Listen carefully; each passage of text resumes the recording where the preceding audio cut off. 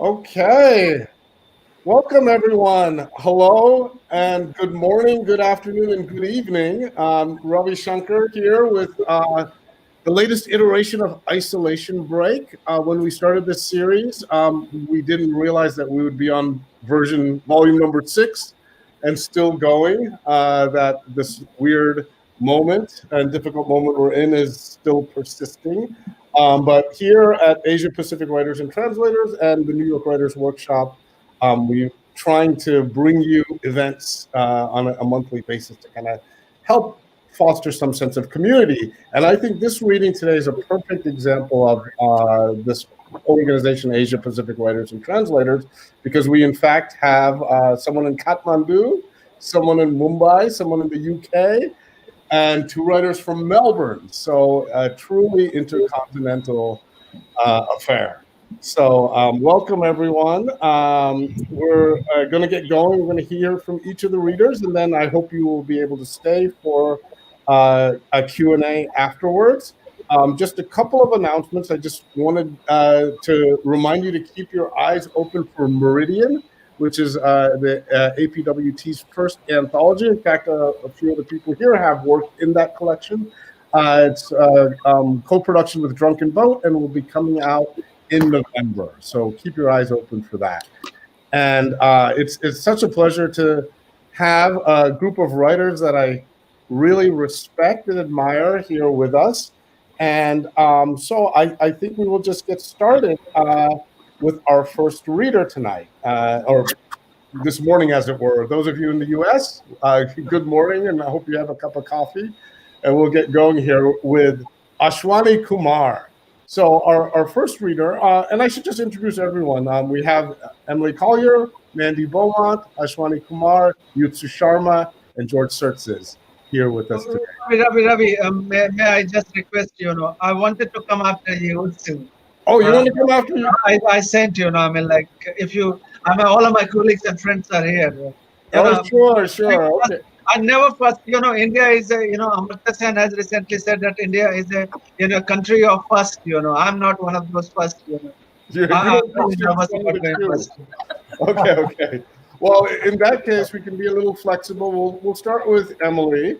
And Emilie Collyer lives in Melbourne on Wurundjeri land, where she writes across and between poetry, plays, and prose. And her writing has appeared most recently in Rabbit, Australian Poetry Journal, Witness Performance, and Cordite.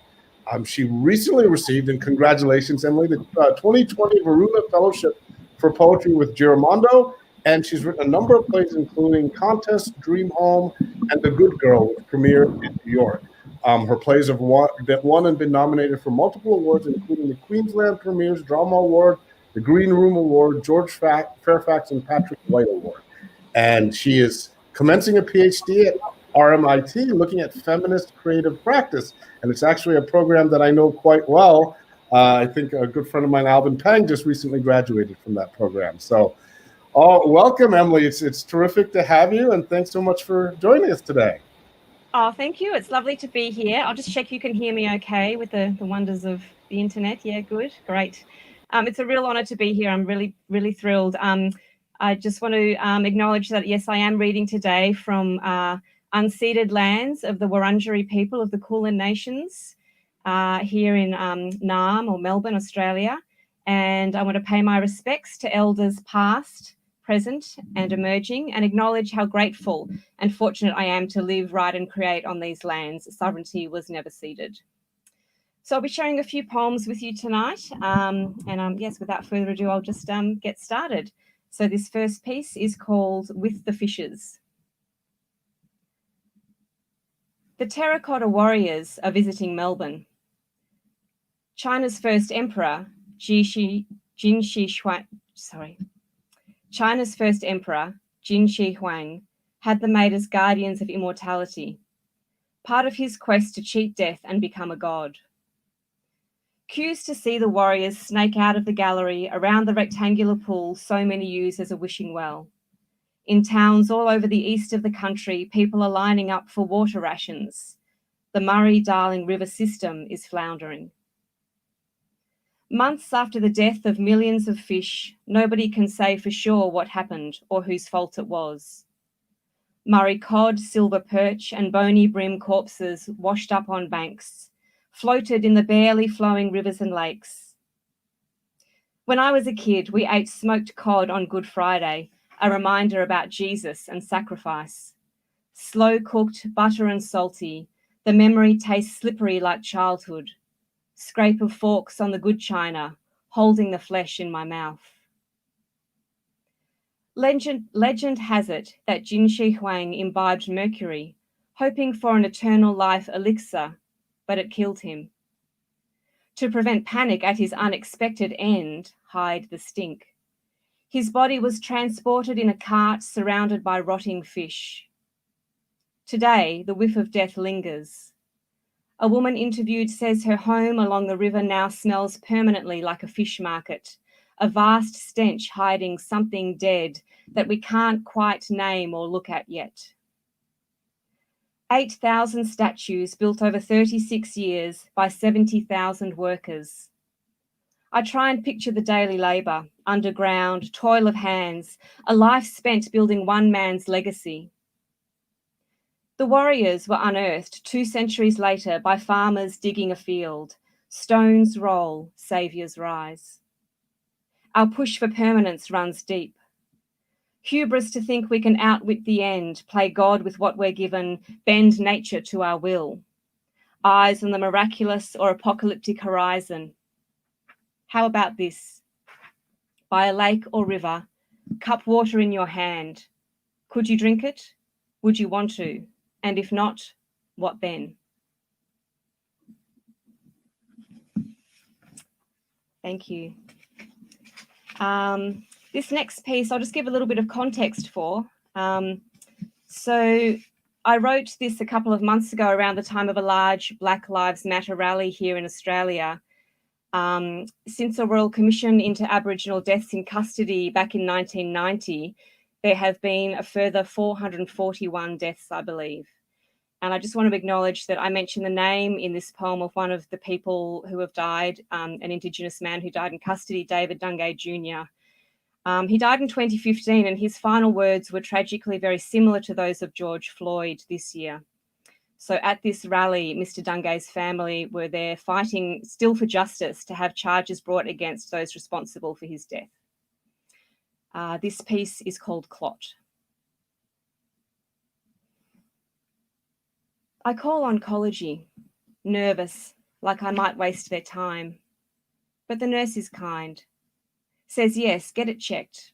An ache in the calf, risk of clots from tamoxifen is real, the breast cancer was real. I shave my legs with jitter hands, kind of stupid, as if the sonographer will care. In the waiting room, breathe slow into my mask. Feel for the reception staff who have to wear them all day. On the news, a white organiser of the Sydney BLM protest is arrested. Acknowledges that his body, his skin will protect him. The family of David Dungay Jr., who grieve without justice, are interviewed. They appreciate the airtime, but also ask, where have you been for the last 4.5 years? The white TV host says, noted, the way a student might take a correction. A slight word for the weight of corpus that needs healing. The danger of a clot is that it might break away, lodge in lungs or brain. Blood in the wrong shape and place can kill. I am lucky today. My body attended, cool gel pressed on flesh. No evidence of deep vein mass. Something else is causing the ache. Expert eyes scour for threats beneath the skin. Okay, take a little sip of water. As Ravi mentioned, I'm currently doing a PhD in looking at feminist creative practice, and coming as I do from a background that combines playwriting with poetry, I'm really interested in bringing forms into conversation and also bringing legacy into conversation with contemporary ideas and practice. So these last couple of poems are a couple of experiments that I'm looking at in terms of, doing that kind of intergenerational cross-form experiments. So this first one is called Everyday Antigone. Antigone is in every kitchen. Ordinary daylight bravery in autumn leaf suburbs and brutalist housing towers. Pre-dawn chores in valley villages, feeding siblings, morning TV, mutter of neighbours, paper-thin walls, bleary-eyed, never-sleep city streets. She's wearing new pink kicks, dragging on a cotton-pilled sweater, slapping on dusty sandals, careful hair comb, she likes it to be neat. Every day starts mundane domestic, the room with knives, an oven, a sunken silver hole shaped like a cradle. Full bellies or careful scraps, cleaning crumbs up either way. Echoes of all the kitchens that came before. Dad's done something rotten, a sister in another room who's neither violent nor erotic, just surviving her own unhappiness. On this ordinary day, all the Antigones stand up in their dry mouth way against a slapstick joke, a sweaty hand, a gun held by an invisible man. They each stand with grumbling stomachs, coffee breath, toast crumbs in their toothbrushes. They open their mouths, these everyday Antigones, rise and are felled, speak, silenced. And nobody makes a big deal of what happens. Her body, her story, not meat enough to feed the news cycle machine. Maybe a heartsick mother or friend who wonders at the end of the day why the kitchen is so empty. Dishes silent, lights on, waiting for every Antigone to get home safe, for all of her stories to be told. Thank you, and I'll finish off with this last piece, which is called Waking the Furies.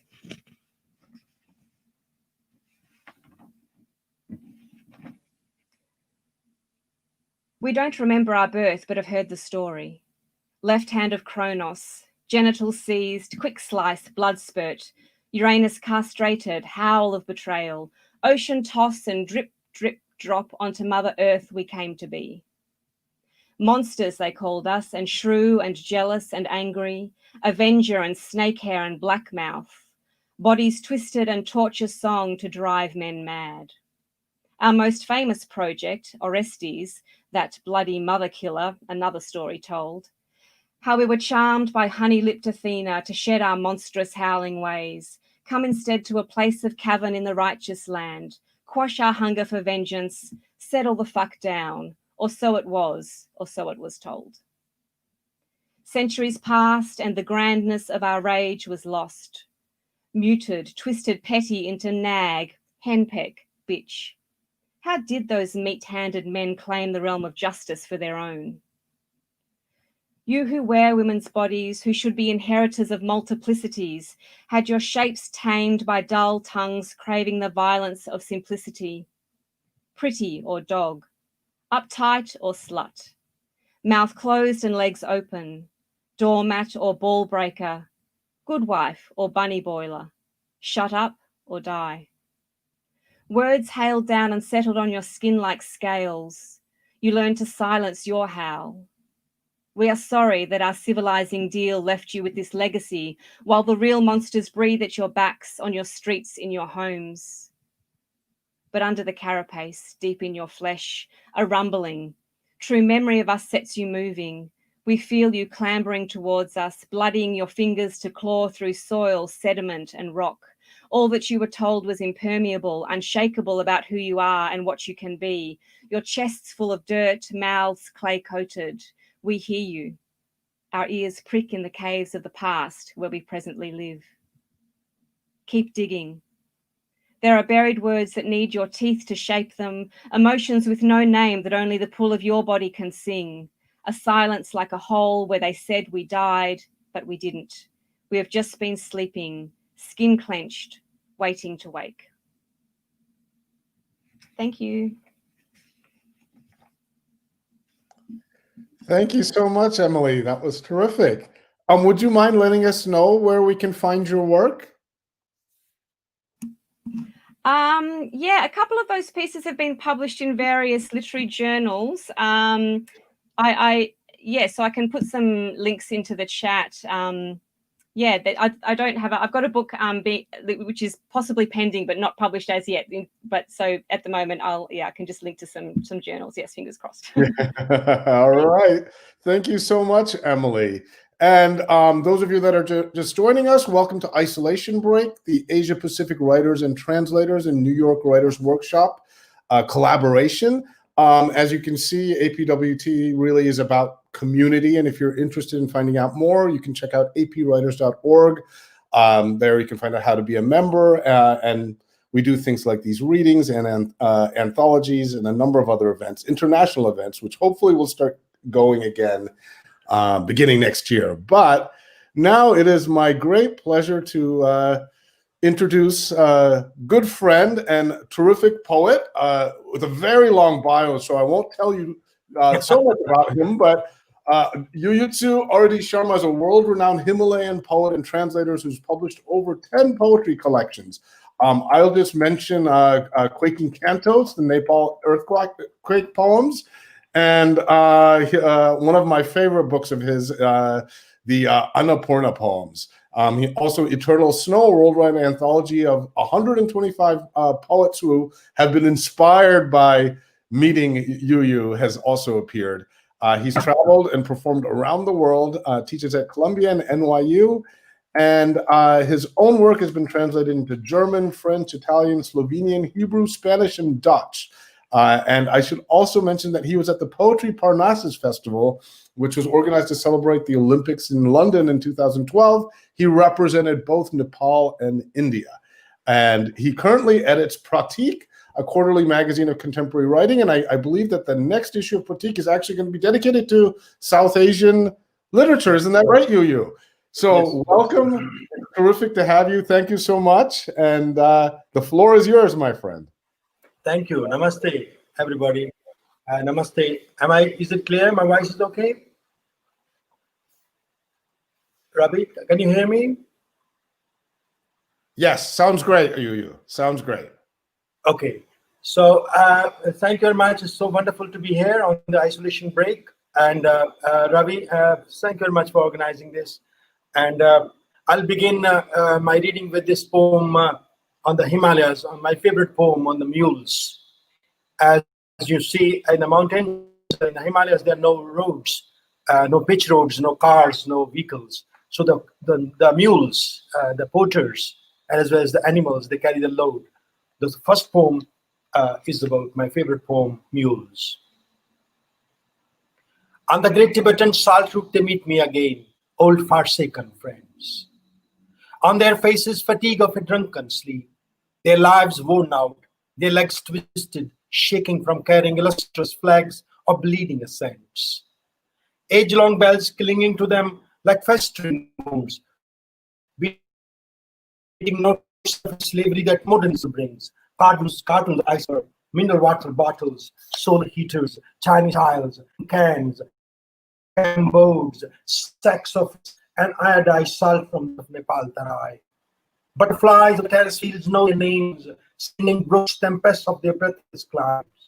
Traffic alert and time tester, they climb, carrying dreams of hush peacocks, pamphlets of a secret religious war, filled of any college trial scene, and a party at this camp, defunct the world legendary donors, the vast beard wheels, casting fine instant bird. Stone steps of the mountains, and bust on their brains, a line of a boat, scratched on the stood rope of the water spouts. Starry skies of the rising valleys, lake of the secret sweat, sunny days along the crystal rivers, taste the bleeding eyes. And the intersection of their struggling lives lost like real mules, clearing their hopes in the flagstones, encircling the cruel grandeur of bloodthirsty paths around the glaciers of Annapurna. So this is dedicated to the people who carry the load to the Himalayas. As you know, Nepal was closed for several centuries to the outside world, and it's only in the 60s that it opened up. And in Himalayas, everything is very sacred, very religious, and very pious. Even the mountains are named after the goddess. Like I was mentioning, Annapurna. Annapurna is Lord Shiva's wife, the mountain god. And so this mountain range is named after him. And there's Everest is not a Nepali name. Himalaya, Nepali name for Everest is Sagarmatha, meaning forehead of the sky. Everest is name of that British officer who in the colonial times tried to find out if Everest is the highest mountain in the world. And they named the mountain after him. Tibetan name for Everest is Chomolungma, meaning mother of the winds of the world, which again is very poetic as a pay to this British guy's name. But British are very good to us. They come and change everything and they go. And this poem that I want to read, next one, is called Little Paradise Lodge. It again has a Sanskrit word used in the poem. Word is for the Himalayas, and the word is Devatatma, meaning place where soul of the god lives. So this poem, Little Paradise Lodge. My pen frozen against the daggers of Annapurnas. On a blank, shapeless plank, chopped from a sandalwood tree trunk and used as a table, I place my elbows and hold my face in my hands. Blinding snows of the Annapurna ridge, hugely shining in the eye of my mind. I sit in the spacious courtyard of your paradise lodge, deciphering shrill notes of birds in the mossy trees. One bird initiates the lilting note, like our meeting, while others let loose a racket of breath vessels, ending with question tags. Can I stay longer? At least one more day in your little paradise lodge. Two birds playing in the crimson cherry tree stir a chord that seems like opening up of the blossoms of your bodies. Would you take me away and marry me? But what like whistle, this cicada can cheer, cheer, cheer.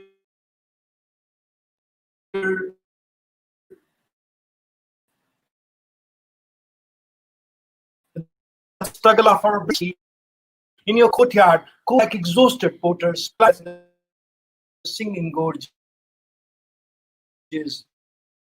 their guttural quint, seem to be using a human language. I see robbers might silence, turning dagger.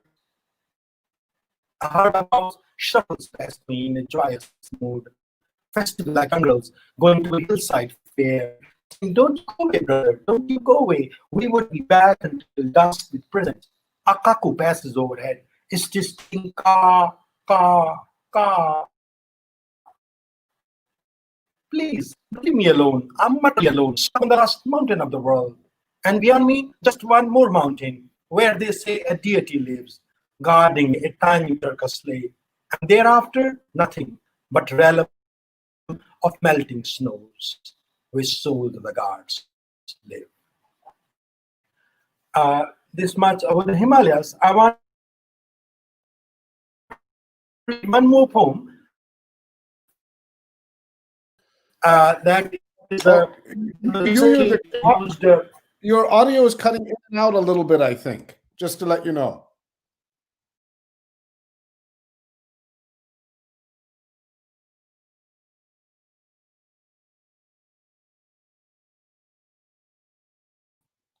Okay, I think Yuyu is reloading.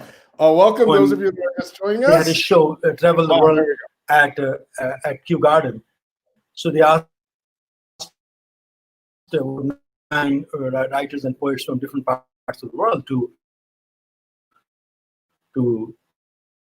write poems. So this poem is a folktale that rhododendron is not always beautiful, because in winter it becomes shriveled and it leafless and it becomes without flowers. So Himalayan elder, another tree, wants to get married. So they take one of the makers takes the rhododendron, and the elder tree doesn't like rhododendron and rejects him, and rhododendron is insulted very badly. He's jilted, and then in the spring he sees rhododendron in full bloom, and he falls in love with with rhododendron, but rhododendron refuses his love. And he's so upset and guilty that the Nepalese elder commits suicide. And so he's always found the slopes. Because Nepalese elder, you see on the slope, and he repented. So this poem has this background. Monarch of the Himalayan forests, ornament of snowy spits, vanquished rival the rose, an eternal lover jilted by silver bark, shooter of steep hills, sparse shade of a shaman fleeing a female yeti's golden peak. Your flaming forests simmering from a mammoth soldiers, lost land, far off lands. Today I have climbed 3,330 flagstone steps on the Annapurna slope to hear your name picking up a million memories in the bulky trusses of your paradise on fire, with hidden poisons to harm or heal. Through the cracks of ruby red canopies, I once watched virgin galaxies, held her heated hand and forged promises, shaming her spring awakening. She stands near the waterfall with her baby, a fractured bough stuck in my throat, without a drop of Rhoda syrup to mellow it. Like your parachuter destined to suffer in his afterlife, on a steep slope, lusting for the blood-red flourish of your celestial frame. Thank you. Thank you so much, Yuyu. That was great. And will you tell us where we can find your latest book and maybe something about Pratik? Oh yeah, you can it's available on Amazon or SPD, small press distributors, and or even in London you can get it in that famous bookstore. Waterstone is done now, and the other one which is on Charing Cross Road.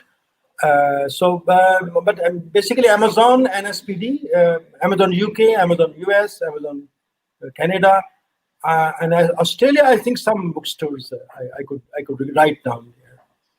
Thank you very much. Thank you so much, and we'll have a chance to hear from all the writers in a discussion in a second. Those of you who are joining us, welcome. This is Isolation Break, the Asia Pacific Writers and Translators and New York Writers Workshop collaboration. You can find out more about the New York Writers Workshop online. There are a number of terrific online writing workshops, small press book fairs, chances to meet agents. And so both organizations really are dedicated to the idea of community, which you see on display today. Following Yuyu, I'm very pleased to introduce our next reader, a good friend, a poet, a writer, and professor at the Tata Institute of Social Sciences in Mumbai. Ashwani Kumar is a poet who has anthologized. Major anthologies include My Grandfather's Imaginary Typewriter and Benares and the Other.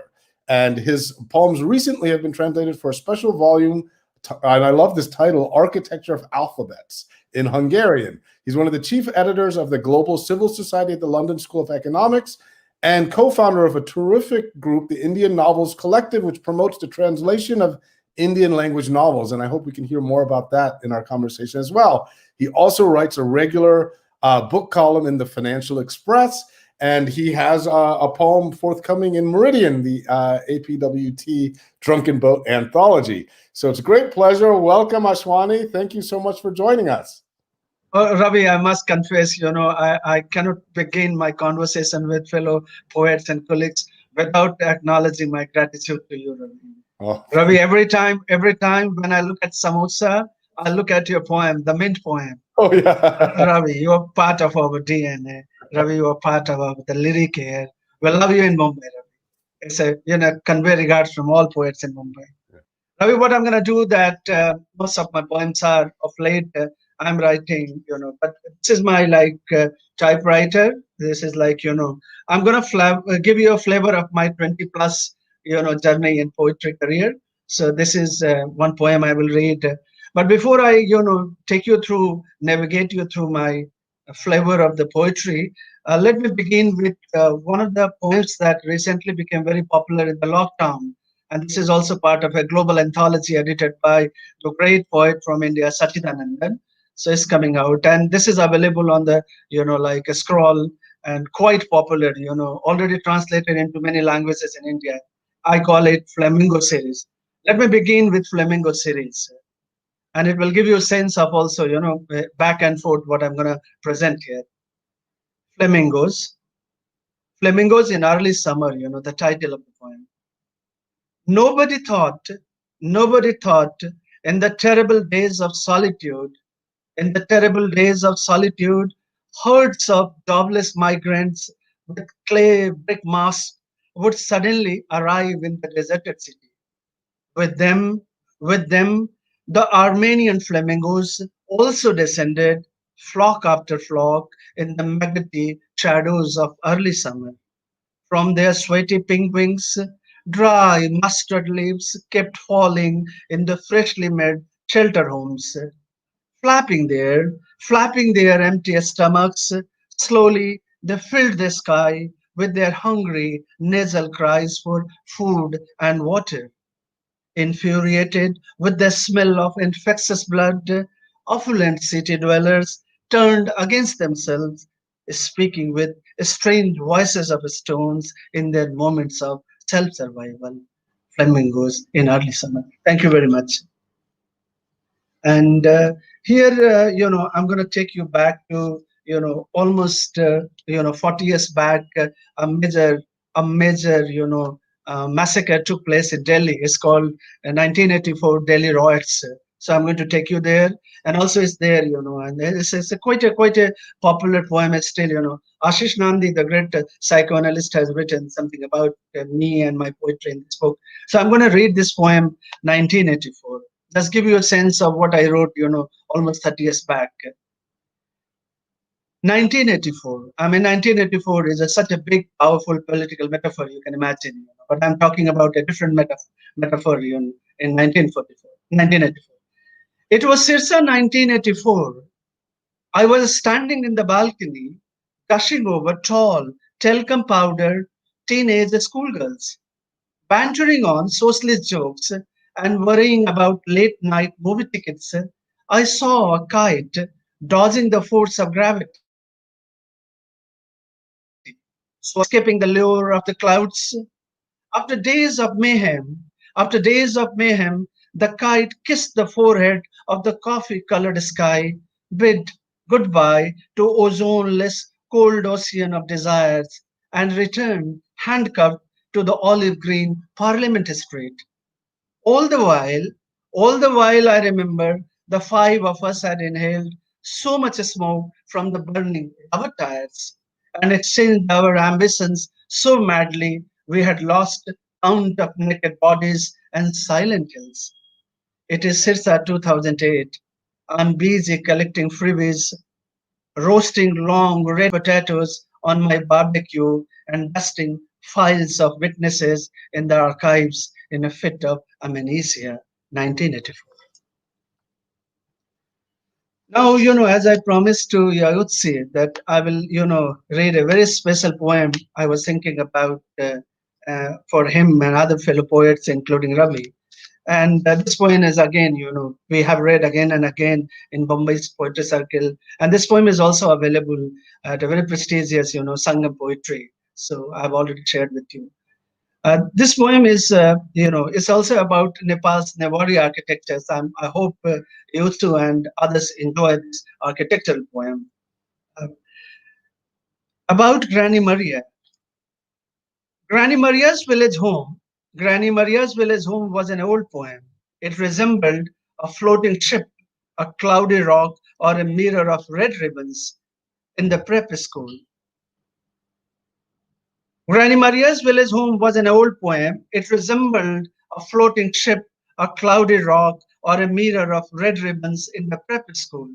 It was 5 stories tall without any walls.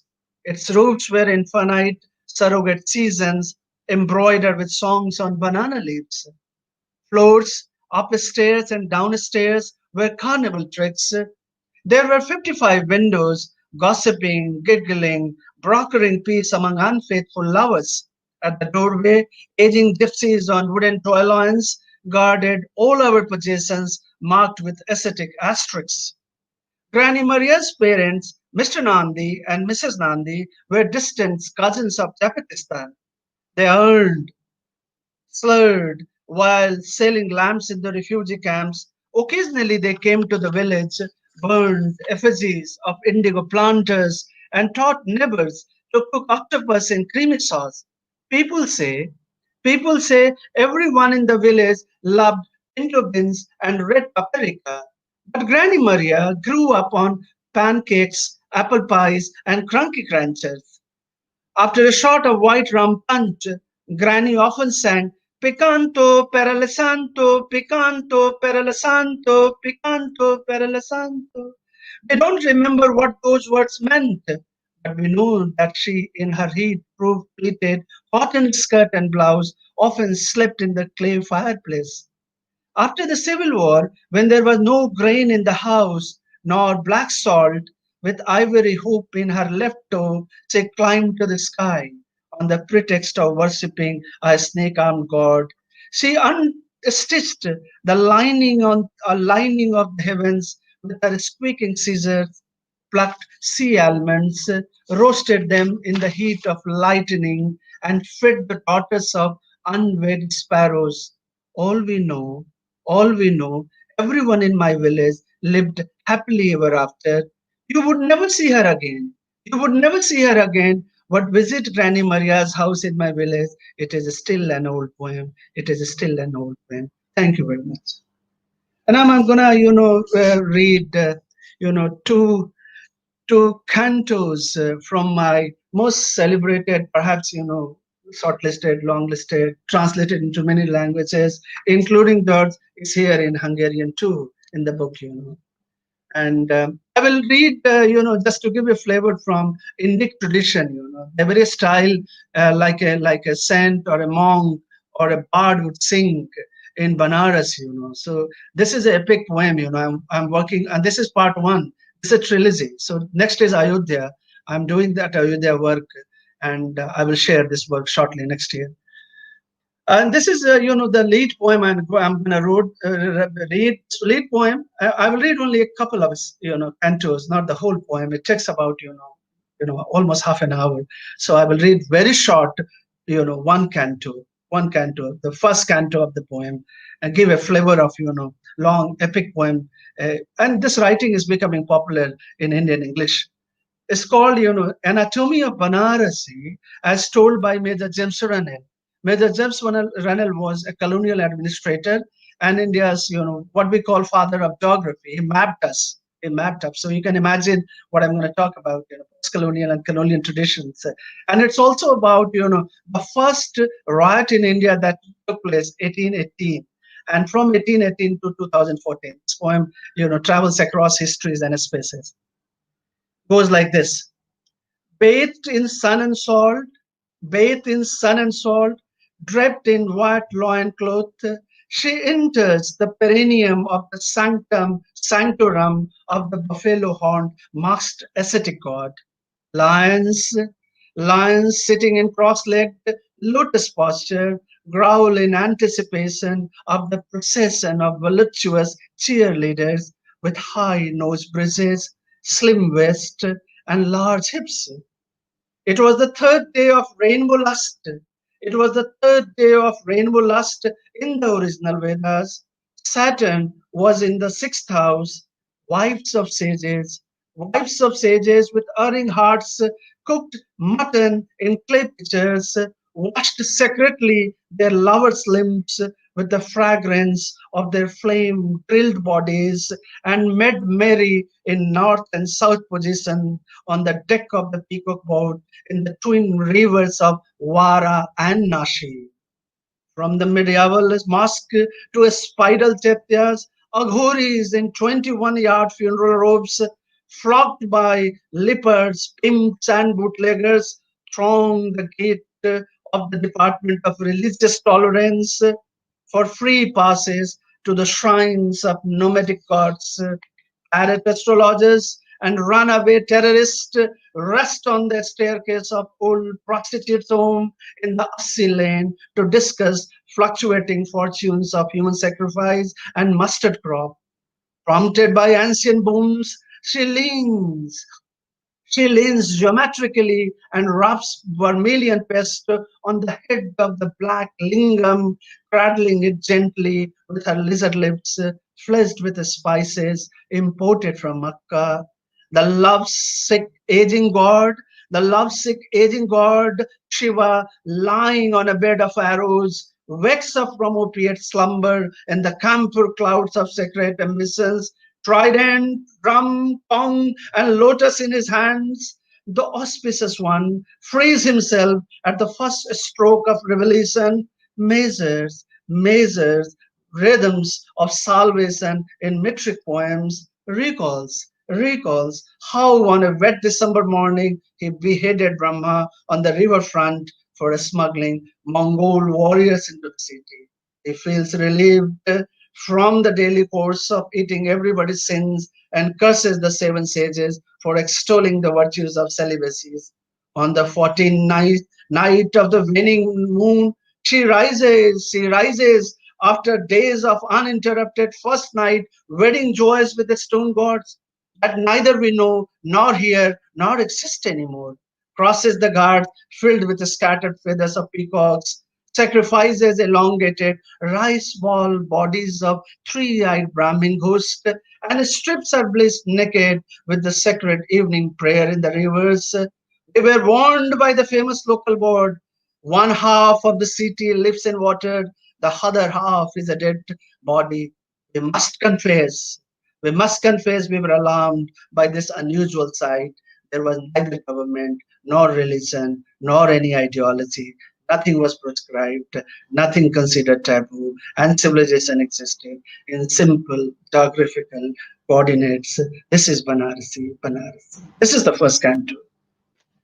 Ravi, if I have a time, then I can read a lovely poem, rain poem, if you would allow me. Sure. I'm going to finish with the last one. Thanks, Ashwani. Thank you very much. This is again a very, special poem already published, and many of us, including I really loved writing this poem, because this was a little difficult poem, and again, kind of speaking to classical Indian language style of writing and the modern English, and also about rains. Bombay is known for rains. We enjoy the rains and death in rains too. So that's Bombay. It's a very ruthless city that way, where rains can become romantic and rains become very surreal experience of death. I'm writing, this poem is titled A Book of Rains, and this is my concluding poem. These days, I long to write a book of rains. Ravi, this is for you. These days, I long to write a book of rains. Rains are like mural wounds from which happiness flows, speaking to us in the same tongue, but in various languages of seasons. Humming in myriad sounds of wild geese and clear sky, morning rains are seeds of life, pouring over women in parched lands who scramble to collect forgotten love songs in pots and pitchers. Afternoon rains are old poems on a blank page, turning docile, stammering at the knife point of murderers before they crawl back into sun-roofed mud houses for untimely siesta. Evening rains come in dancing figures, starved naked peacocks with sapphire anklets shiver in the fox-startled eye corner, the secret illusion of another sky bursting out on the distant hills. Night rains are like embroidered brows of courtesans with rounded breasts spurting into deep-throated cones, slaying fierce applause and with veiled joys from moonlight till dewlight. A manna on my morning prayer mat sings, I am raining, I am writing, I am raining, I am writing. Thank you very much, my friends. Beautiful. Thank you so much, Ashwani. And that last poem, it makes me think of all the wonderful poems about rain that poets have written, from Thomas Hardy to Elizabeth Bishop. Thank you very much. Emily Dickinson, of course. A drop fell on the apple tree, another on the roof, half a dozen the eaves and made the gables laugh. So that was really wonderful. Thank you, Ashwani. And we look forward to hearing more from you. And those of you that are just joining us, welcome. This is Isolation Break, volume number 6, collaboration between the Asia Pacific Writers and Translators and the New York Writers Workshop. You can check out apwriters.org, find out more about how to become a member of the organization. And now, and we really are shifting all around the world, so we're going back to Melbourne, and it is my great pleasure to be introducing Mandy Beaumont.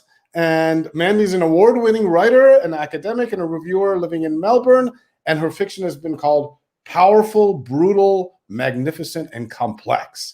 Her collection of short stories, Wild, Fearless Chess, out with Hachette, was shortlisted for the Hachette Richelle Prize and the UWAP Dorothy Hewitt Award. And a short story from that collection won the Moth International Short Story Award. And very excitingly, her debut novel, My Heart is an Ocean, will be coming out in 2022, so in a couple of years. So thank you so much, Mandy. Welcome. Thanks for having me. Thank you for the lovely introduction. I'm going to read something quite short today. I'm not a poet. I'm a short story writer and a novelist, as Ravi's pointed out. And it's from my new book, Wild Fearless Chess, that was launched 2 weeks before lockdown. So yes, it's been an interesting journey for a first book. This story is called He Tells Her of the Beautiful Lines in Her Skin That Rip Apart His Groin. Looking through a camera lens, he catches her in tones, and he is placed in such a position that the small spiders tattooed and racing down her back when looking from a distance seem to show her skin as a map, bleeding into streets and chasing away strangers in the night. He has been looking at her from here for weeks now, watches her each day, has taken to ordering Chinese meals from the same place he's always ordered from, knowing they will knock once and walk away, leaving it for him for when he is ready.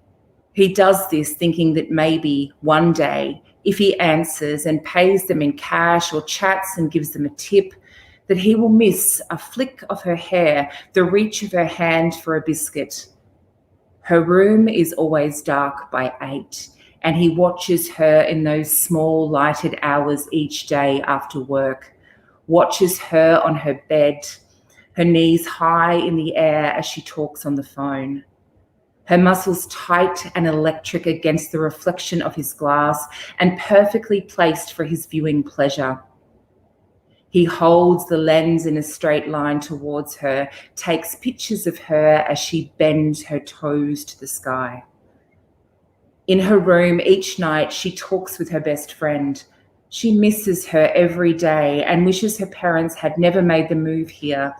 Tells her friend that the summer sun seems to show different color here, that she has started collecting maps.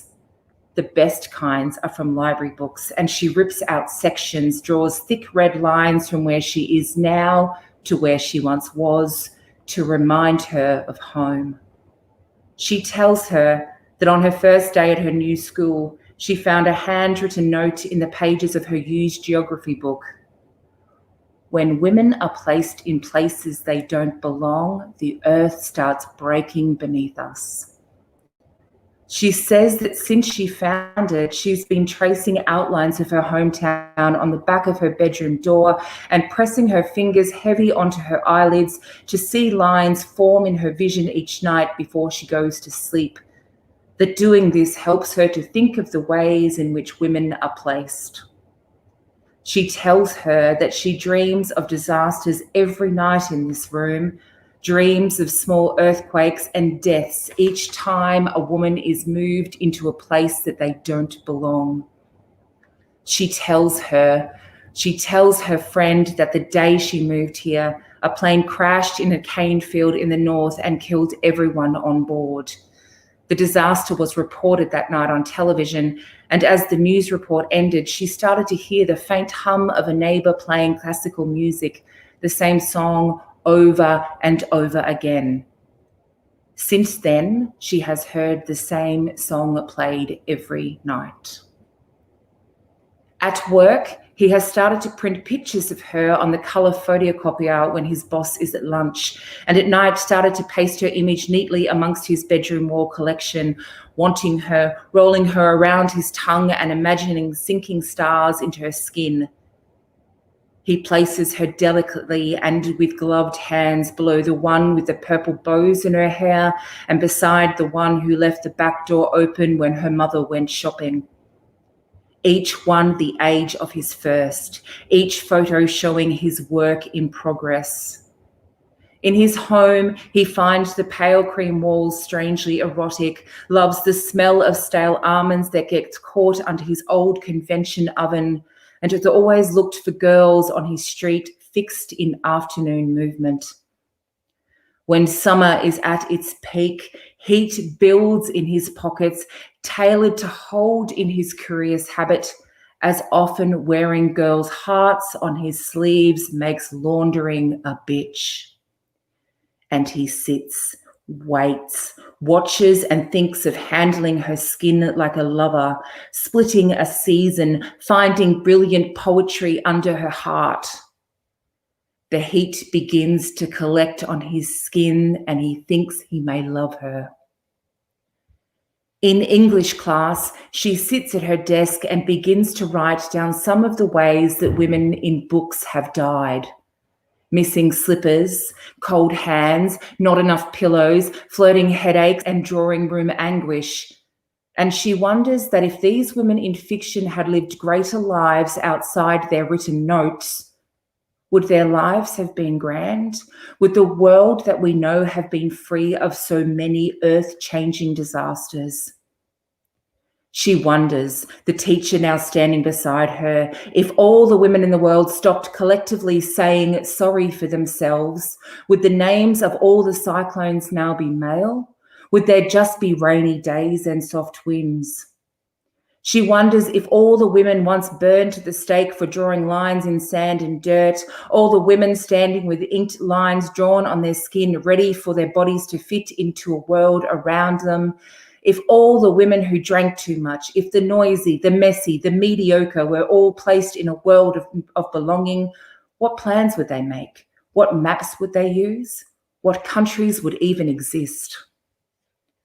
On the last day of summer, she sits in the park reading, moving her legs in the sun to the rhythm of boys playing handball on the concrete court, and she raises her head to him as he comes to her, sits down beside her. He tells her he lives across the street from her, has noticed her before. She pulls her legs away from him as he hands her a bottle of wine, asks her if she would like to drink with him. Somewhere in the ocean off the coast, there is a sudden movement on the ocean floor. There is a landslide and the land slumps forward. That night in his kitchen, the cold hits her thighs and circles up to her largest scar, the one that first appeared after a textbook illness in her childhood, the one that sat just below her groin, that stayed for all these years and seemed to hold all the dreaming that got lost along the way. She feels it ever so slightly brushing up against the cotton of her dress, the dull ache folding in between her legs. She is soft and stoned in the night and wonders how she got here, wonders why there are pictures of herself on the walls. She feels the earth start to shake a little under her feet. A stranger on the street looks up and sees only her face, sees her heart, her breathing in silent tears. She reminds him of heartbreak and he walks on, thinking of Coleridge love heart lines, thinking of the image of his wife in perfect climax. In his kitchen, the night smells of ammonia and burning steel wool, and the red from the tops of her nails glint around his door architraves. As he places hot chilies into her cheeks to stop her screams, makes himself a midnight snack prepared in silence and placed on a flannelled cloth. His acute sense of smell finds the edges of scent on her downed hands, held together by packing tape and the side of a wooden fruit box, and her fear is caught in every corner and between each glance she makes at the hallway mirror.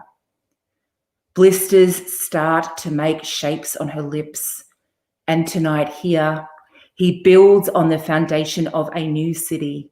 Paring knife, Mozart played on high. Tonight here, he tells her of the beautiful lines on her skin that rip apart his groin.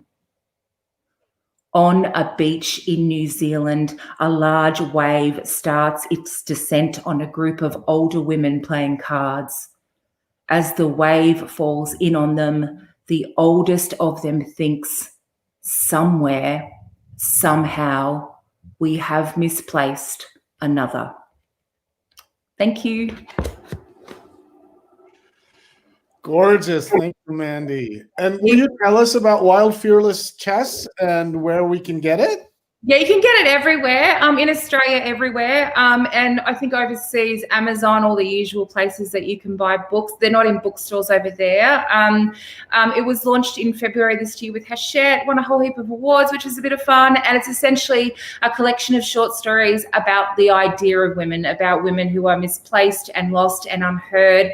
And it is pretty, as you can tell, a pretty brutal and pretty uncompromising and all those words. But yeah, so that's done, and now I'm writing the new novel, which will be out in 2022. So yeah, very exciting. Thank you so much, Mandy. Thanks, Ravi. And welcome those of you that are just joining us. Again, this is Isolation Break, Asia Pacific Writers and Translators and New York Writers Workshop collaboration. And we're on to our final reader, and hope that you will linger with us for a little conversation after this amazing event.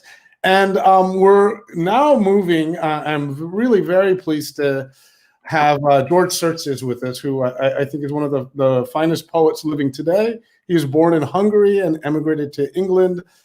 He studied painting, and his very first book, The Slant Door, which was published in 1979, won the Faber Memorial Prize. And Real, published in 2004, won the T.S. Eliot Prize. And he's published numerous books. And lives in England with his wife, the painter Clarissa Upchurch, and they collaborate on a book on Budapest, image, film.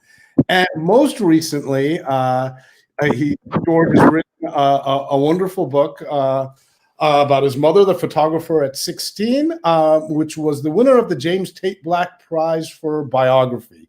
And I will also say George is really one of the most generous people that I know, and it's really quite a pleasure to have him with us. So welcome, George, and I look forward to your reading. Thank you very much, Ravi. It's a privilege and it's a pleasure. Yep. So I've got a collection forthcoming next year. I'll read a couple of poems from there. This one is called Future Tense. Back then, there was no future. Things becoming became them. Back then, in the house, the future stalled. The chair ate gently by the table suffered the chair. Everything was patient and was stalling. They were reading, occasionally writing in anticipation of who might be reading. They sat in chairs, at tables.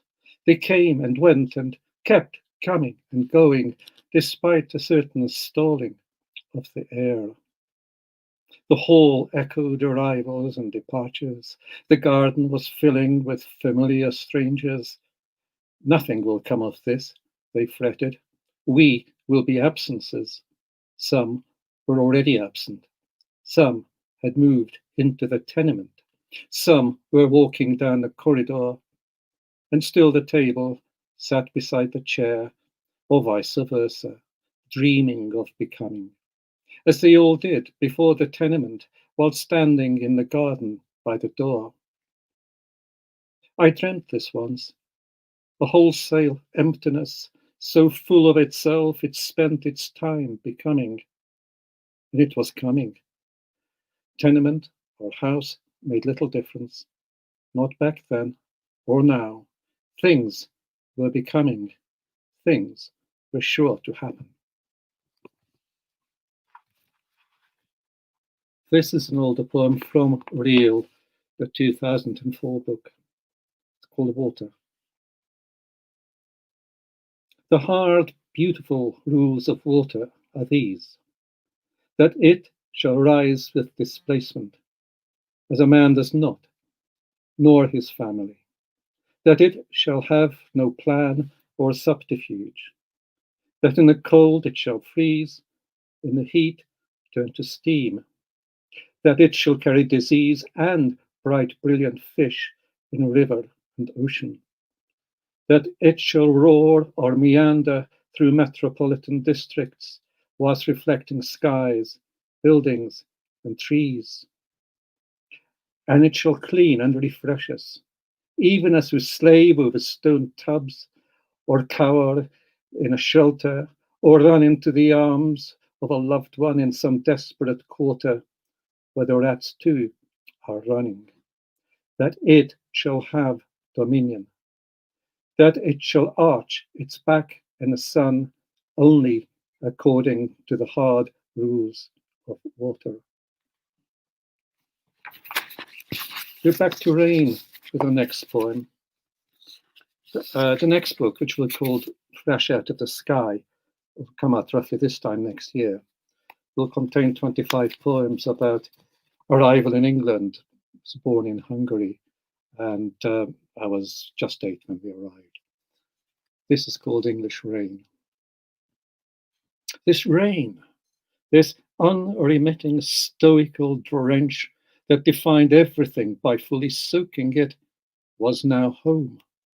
It was like living in a trench in a war that never started.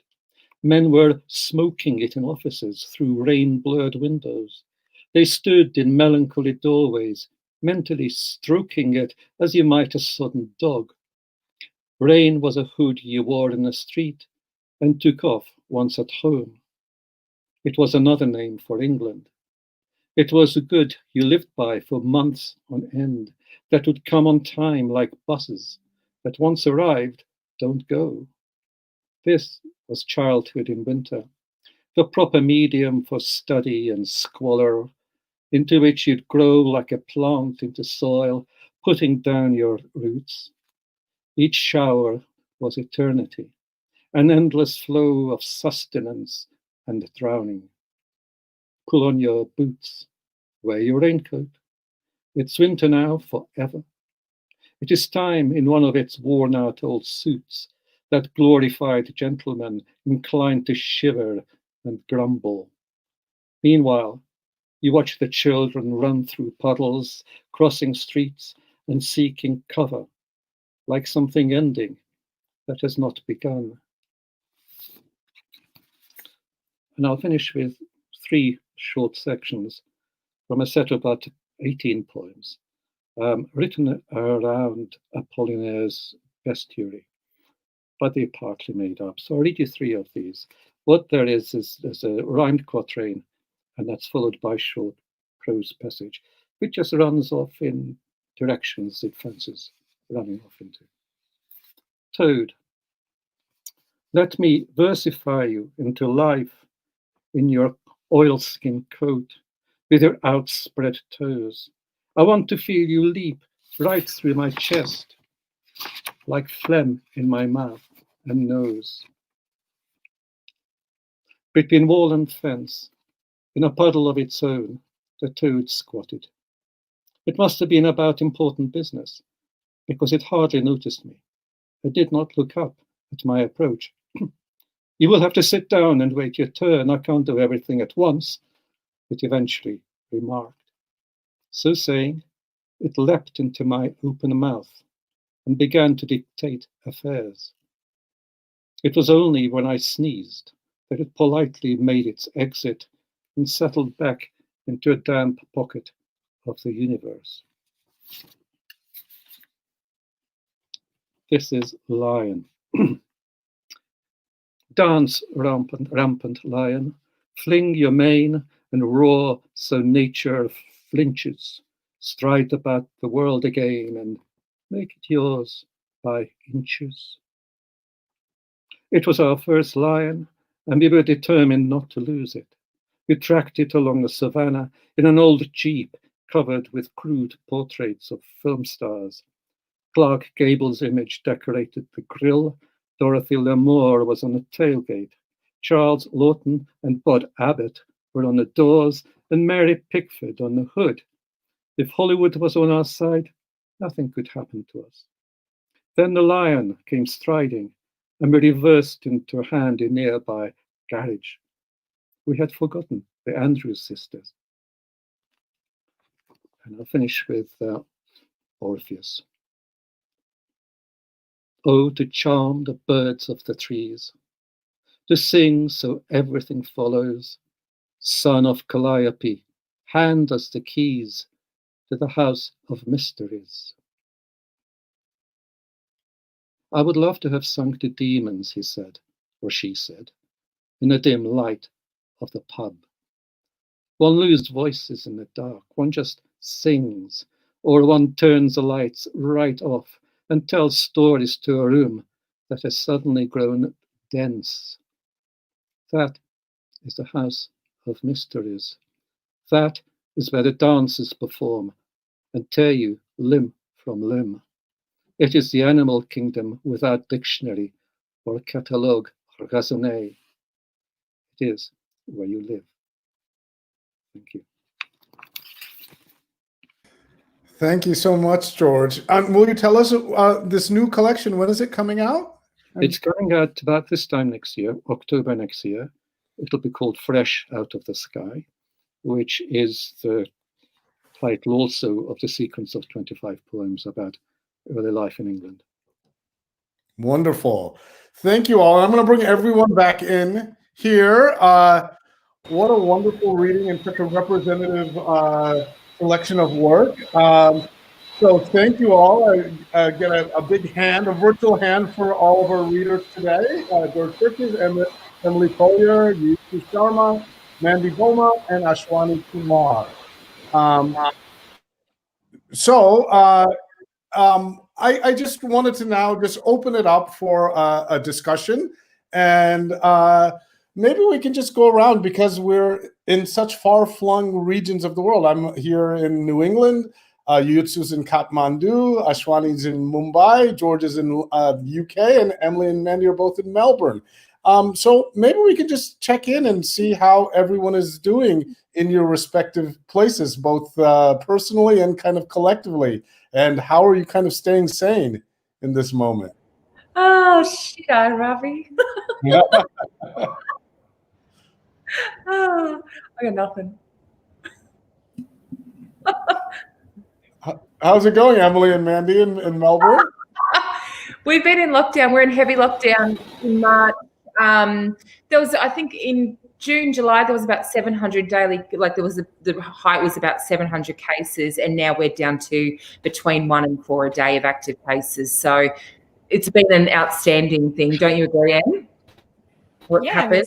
It's been a remarkable flattening of the curve, as they say. So yeah, with a lot of varied opinions in Melbourne about whether that has been the right way to go. It's been a really fascinating kind of social experiments just to see the range of opinions of people right behind the Premier of our state who's brought in these very tough measures, and others thinking he's been rather fascist in his approach. And yes, I guess the long tail will be what happens over the next year or so in terms of the efficacy of different approaches around the world. I think it's really interesting to see how that pans out. Mm. How about you, Ashwani and Yuyu? I know that the policies in India are kind of shifting all the time. And you're in Kathmandu and Delhi as well, right? So Ashwani, how's it going in India? Yeah, Bombay, Bombay or Mumbai, we faced the authoritarian lockdown, the total lockdown. It's like total dictatorship of not just the virus, but also the politics, Very toxic. Isolation has very toxic political experience. The tool in the hand of the ruling, people. So we suffered it very badly. So I've written, a series of poems about, unannounced communism of a different kind, I would not go into, I have already shared a series with you. If you have time, Scroll published it extensively. And secondly, on the front of the poetic community and the writers community, we really had, like unended placing, So I ran a whole show, Instagram. I started Instagram poetry put together 70 poets from different languages. We did a lot of translation work, and in fact, we did pieces around that. How during the lockdown we went back to our mother tongues and our mother languages. People try to, and this is where we did a lot of work. So many poems that I wrote in the last 6-7 months.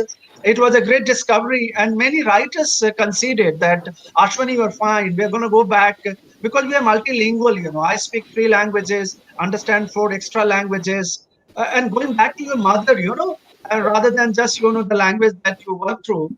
It was a fantastic experience. So very productive that way, and giving hope and joy to the community of writers. So this is, and also personally, I guess, finished up a lot of writings, including my book on migrants, Routledge has done, will be globally released in December. So Ravi, I think, but saddened by the total lockdown, a new kind of fast season. That's not acceptable. And Yuyu, are you back with us? Yuyu, how are you? Yeah, I think it's wrong. My that is not very strong. Well, we are under the lockdown, but also we have a big festival now, the same festival, the biggest festival of the week. So we are all stuck inside. Even if I want to go, nobody wants to go out. Everybody is home. It's like Christmas time, So it's the biggest festival. So we are cultural lockdown as well as the other lockdown. So I'm home and I'm just eating and having food at home. My son was in New Delhi for 8 months and he just came back. So I'm glad he's back now because he was stuck there alone in New Delhi for so many. And my daughter is in Ireland and she's studying, and I'm glad she's okay. She just when I was reading, she was trying to get in touch with me.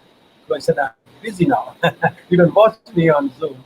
And so this is, I'm happy now that everything is good and I'm safe and all the kids are good. And yes, so this is I'm very happy. What were you saying, Mandy? I was very... Sorry, you. I was just going to say that one of the positives for lockdown for me is that I've slammed out every single season of The Real Housewives of New York City. So there's a bit of inane joy in my life there. There you go. But nothing to do with writing or politics. It's trashy television. Yes. Good time to be binge watching all those shows that you... Time for New York City Housewives. Yeah. George, how about in the UK? You kind of said you're sequestered at home? Yeah, sequestered. I'm very used to this chair, this desk.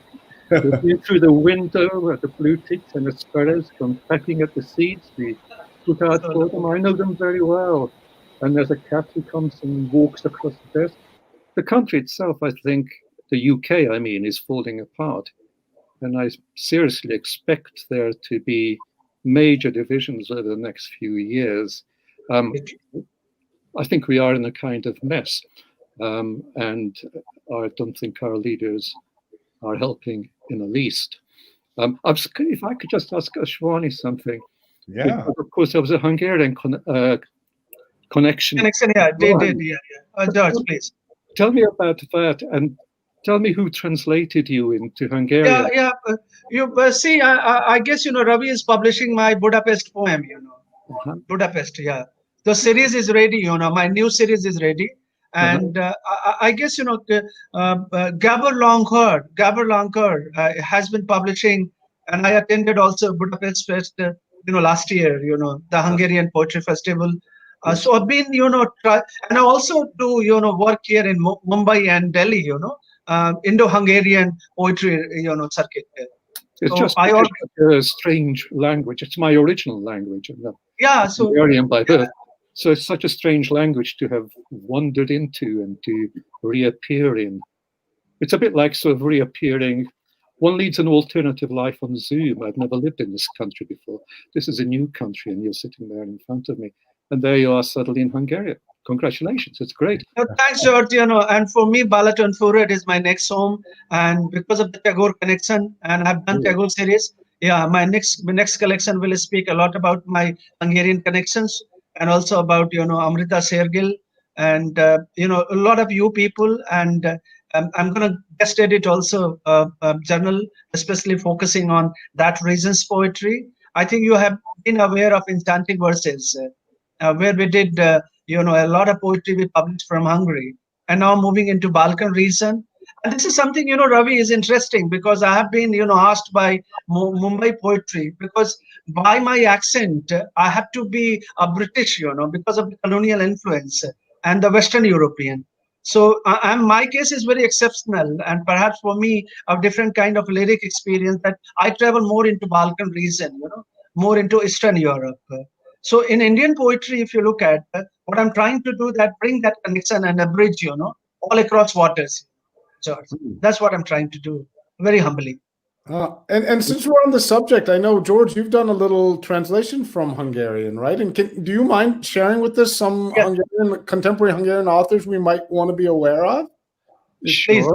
Gosh, I've been translating Hungarian literature since 1984.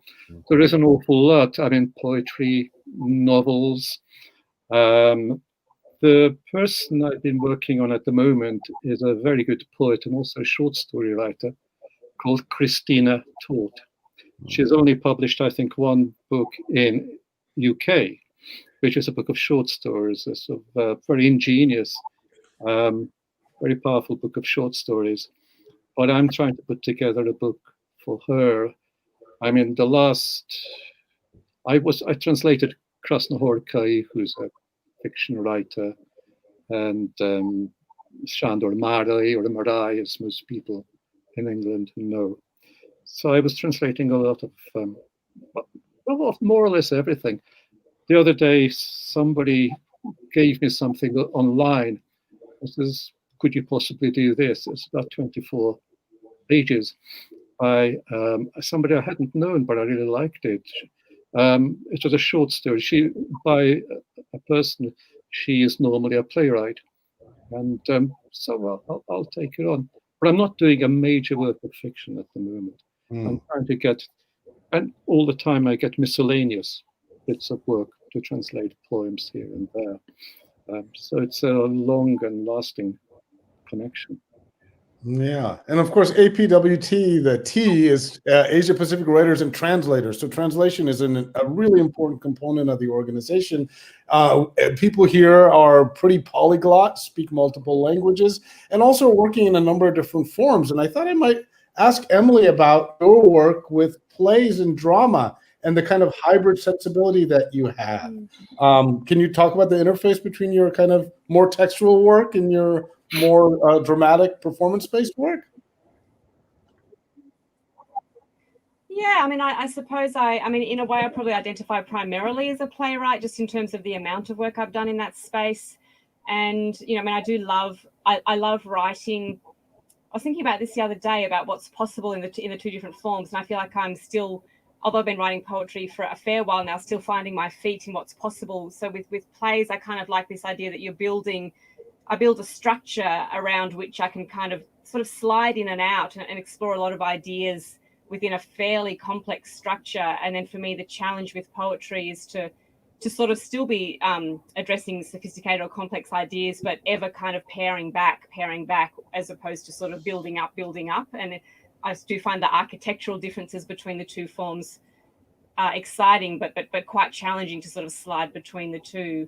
And of course, the other thing about writing drama and plays is writing for actors. So there's the interface between my words and the actor's interpretation and an audience's interpretation that further. So in some ways, there's a lot of space, there's a lot of air in that architecture. Wonderful. And you said you had a play that was produced in New York, right? Yeah, I was very fortunate. It was called The Good Girl, and it went on in a little independent theatre on the sort of east side. Which was an amazing experience. I was able, fortunately, to be in New York for the rehearsal period and for the first part of the season, and very interesting to take a play. I mean, my work is that was a little science fiction piece, quite a dark comedic piece about robots and sex work, and had quite a lot of humor in it. So it was interesting feeling how some parts of the humor translated absolutely fine, and other parts, the nuances were a little off. So speaking of translating, even within a country where the primary language is the same, I feel like some of the nuances around, especially maybe around humor, can be a little slippery. So it was a really interesting experience. Yeah. And speaking of kind of shifting genres and forms, Mandy, I'm wondering, can you talk? So you just finished a short story collection, and you have this novel under contract, and you mentioned you're doing edits on it. I mean, what has that been like, moving from a more self-contained unit like the short story to potentially a sprawling form like a novel? It's bullshit.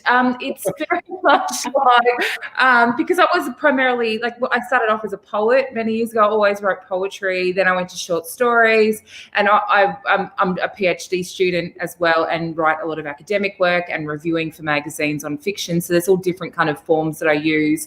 But writing a novel has been interesting in terms of, like, a short story has this condensed, and I write with a real gut punch, and it's condensed in this little world and short moments in it, where a book I have to kind of keep it going. So I'm really exploring. I'm in sort of the last 4 weeks before I hand it in, and I'm still trying to work out the 3-act and the narrative structures, and you know what I mean? Like, it's just a whole different ball game. But this is why I do it, because it's exciting and it's new, and I get excited by pushing boundaries and getting good shit done. So hopefully I can hand it in December and then go have a big wine and forget about it for a while, I hope.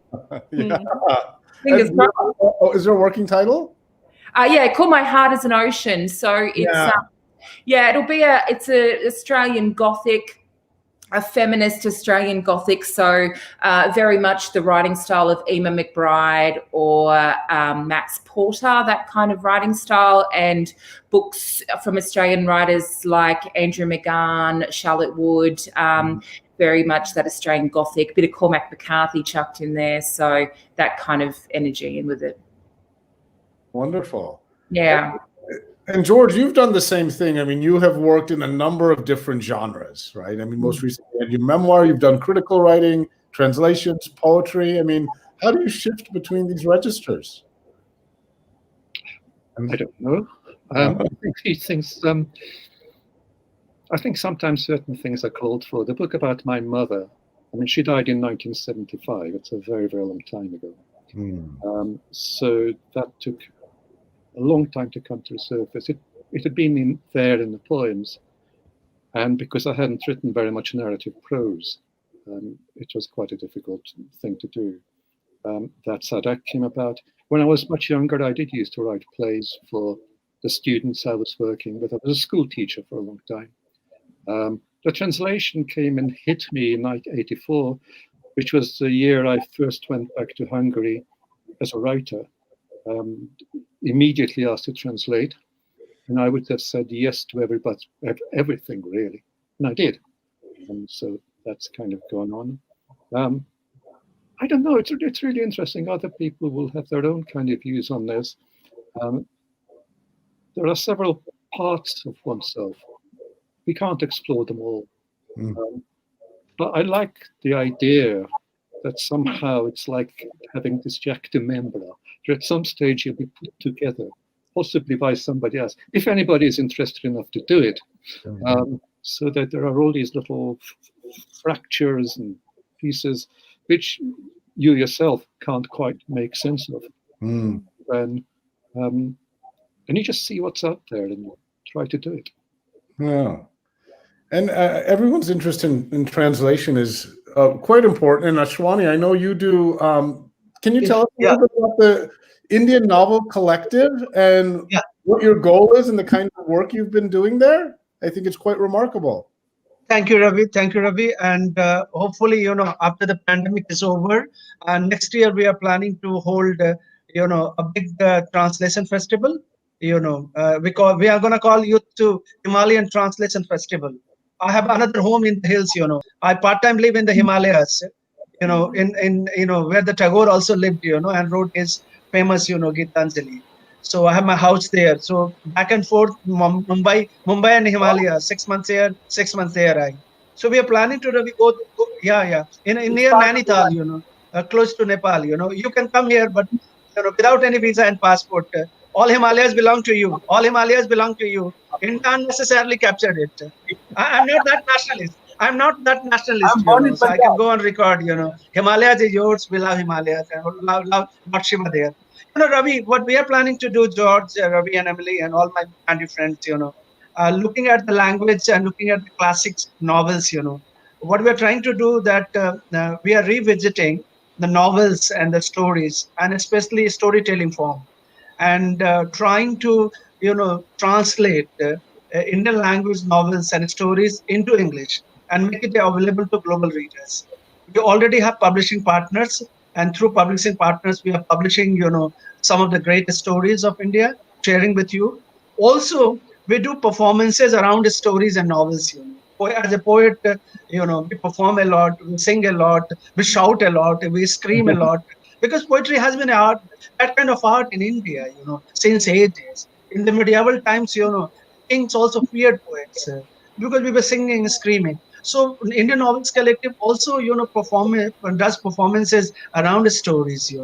We also organize now. We are going to going to focus on some themes like queer literature, and mental disability, and we are going to go those areas where generally we don't go. The taboo areas in novels, and trying to look at different forms of translation also. So in the process, we are learning that translation is not that about getting lost, or something is lost.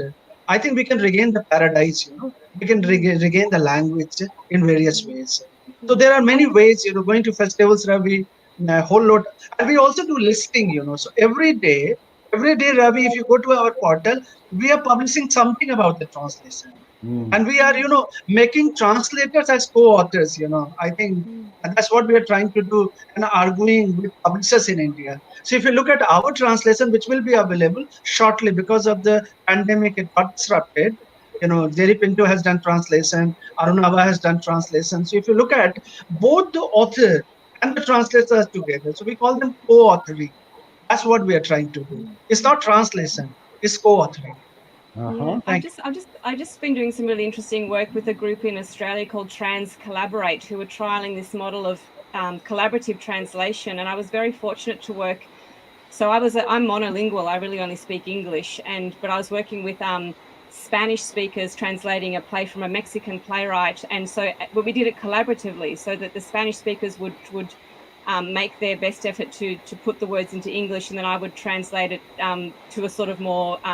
So it was a play or a poem into sort of a more interpretive version of English. And it was such a gift and an incredible privilege to work with those people. But I love these ways of trialing new models of translation. And that sounds really fascinating, Ashwani. I'm excited to learn more. Yeah.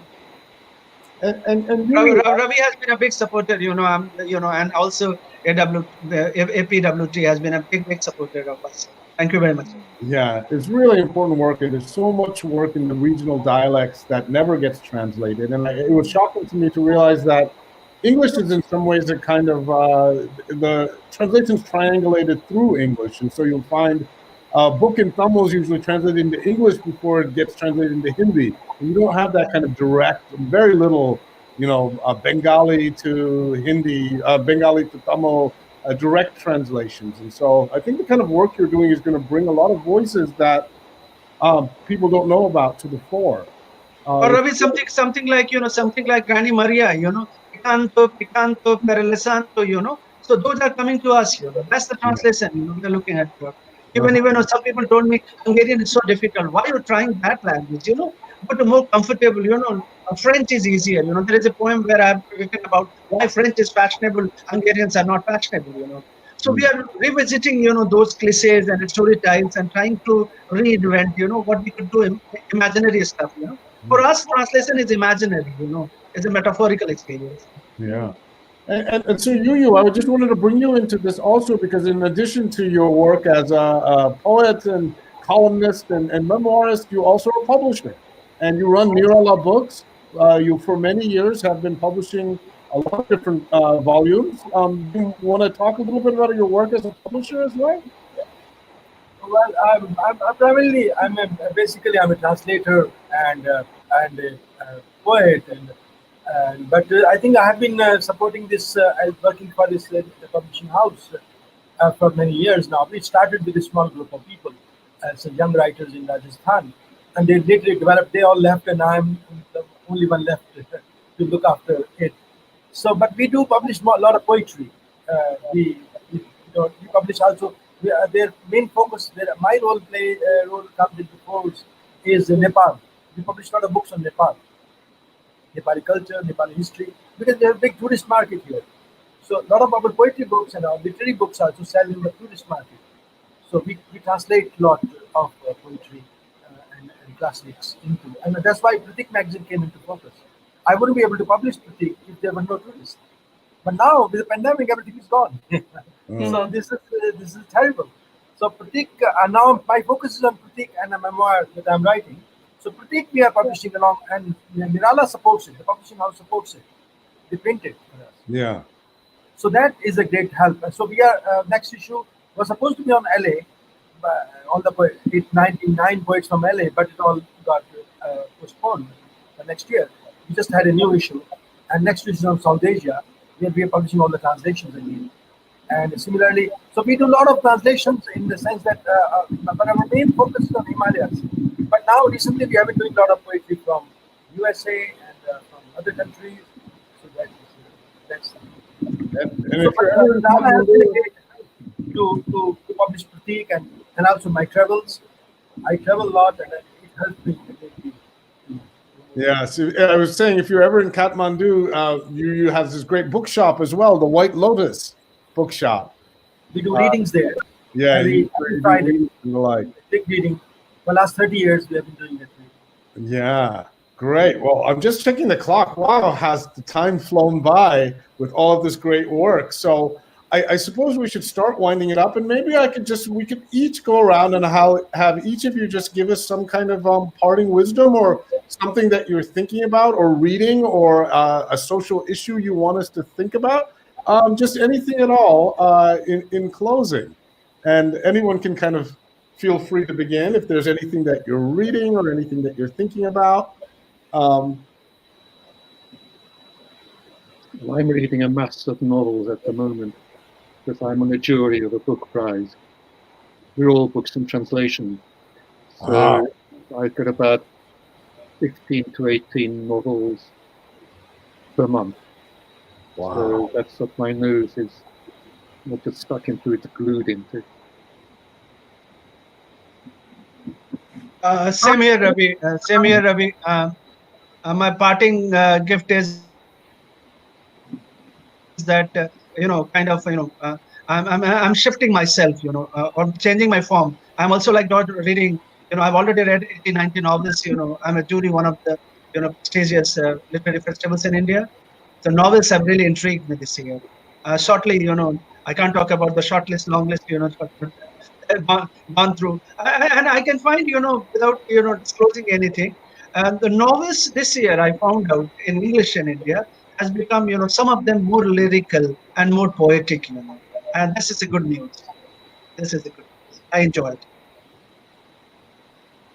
I'm reading a lot for my PhD academically, but I just wanted to say how I think it's a really exciting time in Australian literature. There's a real explosion of First Nations literature and especially poetry. And speaking of translation, I don't know if you can see this beautiful book called, try and get it, Guayu for All Times, and it has writing in Indigenous languages and then translated to English. There's a lot of that work being done at the moment, which I think is just truly exciting, and is what I'm very, very passionate about as a reader and a researcher.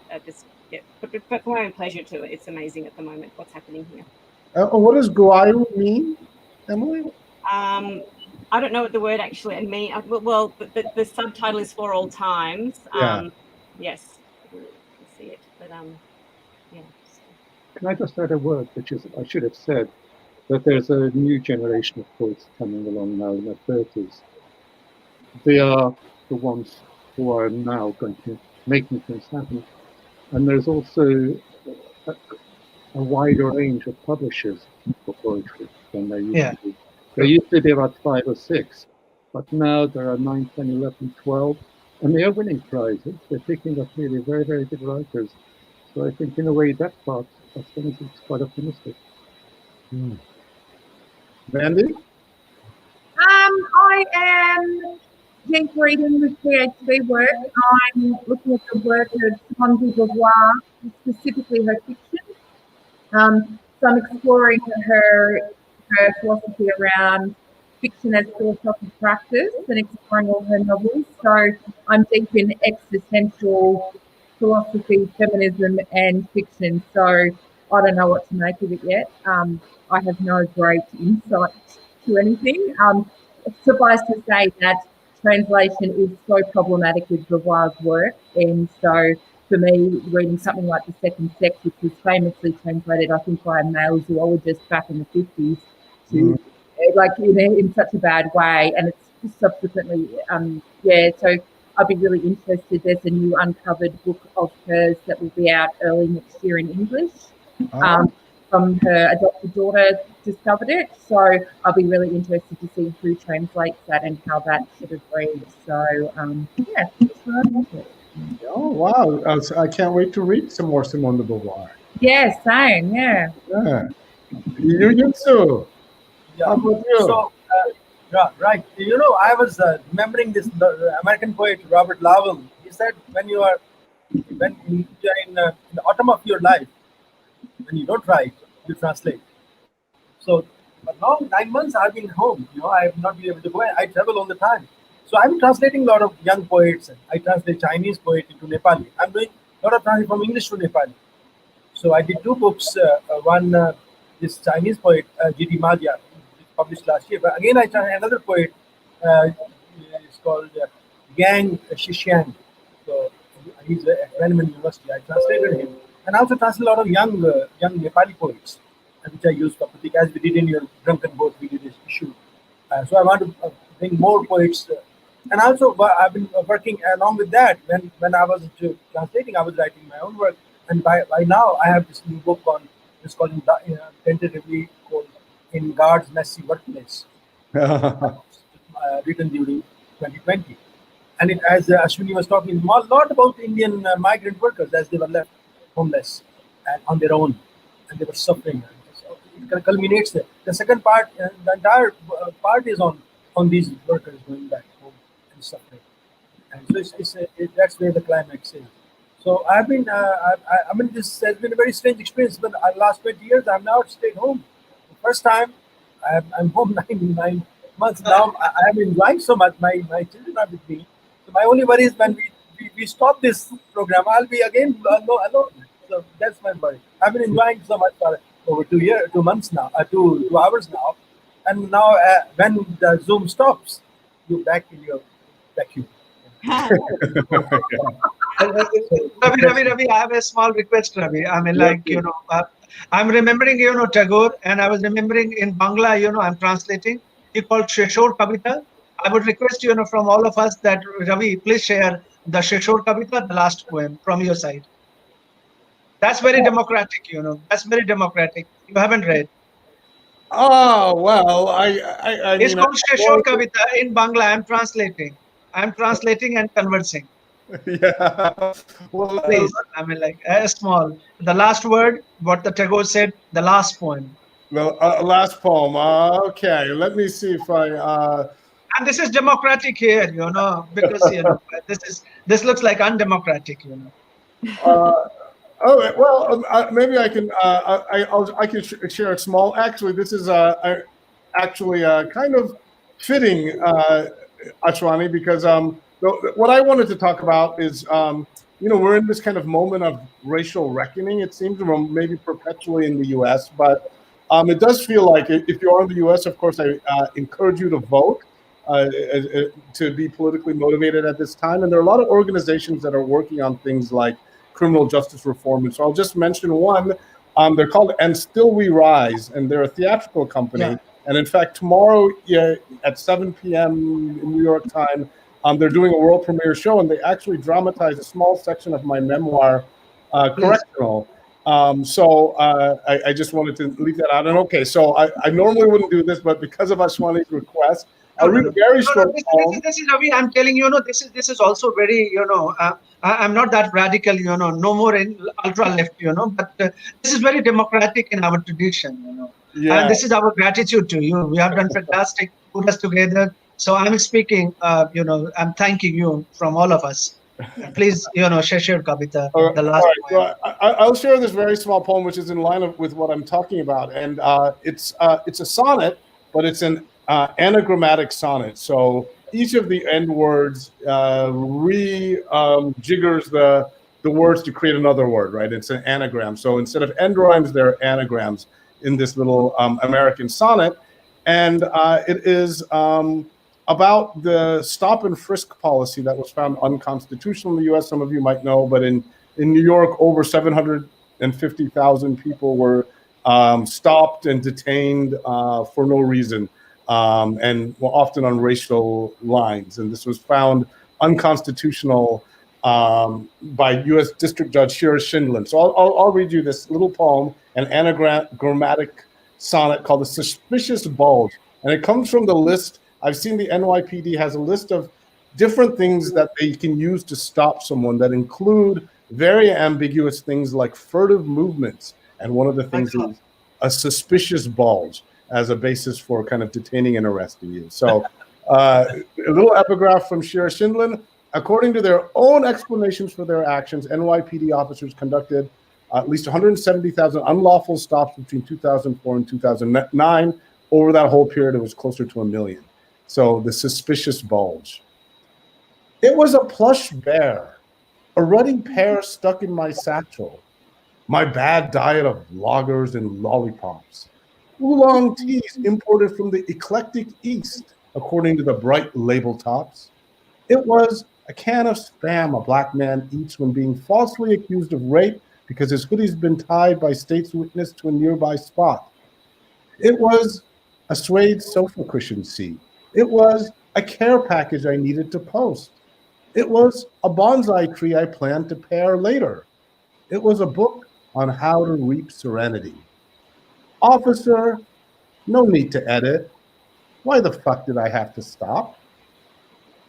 Oh, love it. Fantastic. Thank you all. This has been wonderful. Really appreciate all of you being here for Isolation Break. We'll have another edition in November. Keep your eyes open for Meridian, the first APWT Drunken Boat anthology of new writing. And follow New York Writers Workshop and Asia Pacific Writers and Translators on the socials. And of course, you're welcome to become a member if you so desire. So thank you all. It's been a really pleasurable and wonderful morning, evening. So appreciate your presence, and everyone stay safe, stay inspired, and keep us informed of what you're all up to. Thanks, everyone. Bye. Thanks, everyone. Thank you, everyone. Thank you. Thank you. Thank you, guys. Take care, everyone. Thank you.